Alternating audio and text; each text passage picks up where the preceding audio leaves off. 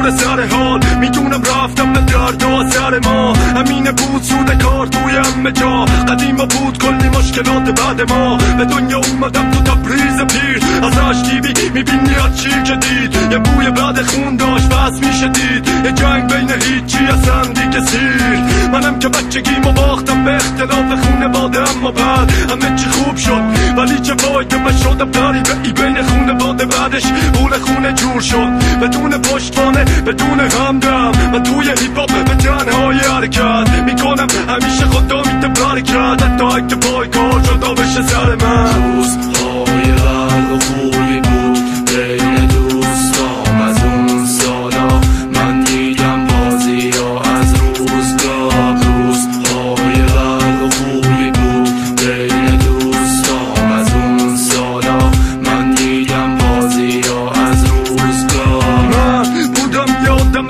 ساده که زندگی رو همه جوره ادامه داده و دیدم هر کسی ها چی اراده داره تا بره بالا هر جایی که پای کاره و روزگار بعد توی خونه تو تهرون یه کارگر بودم آرزوی دل بود لباس بگم حتی سر کارم بود همینم واسه مردمم فقط یه شعر بود محل زندگیم تو مولوی و فلا فهمیدم که دارم استعداد خلاف ولی همینم تو ذات من نبود پس کشیدم بیرون تا ساده بد نگو من همونیم که توی سختی ها همیشه با خدا بودم دلیل فرق ما همینه حالا به در هیپ هاپ و غرب ایرانم یه دارکم میبینی بله بیدارم روزهای غرق و خوبی بود بین دوستام از اون سالا من دیدم بازی ها از روزگار روزهای غرق و خوبی بود بین دوستام از اون سالا من دیدم بازی ها از روزگار یه روزی مشروب و جای آب میخوردم برای دختری که عرضه بود و بیخود رفت ولی من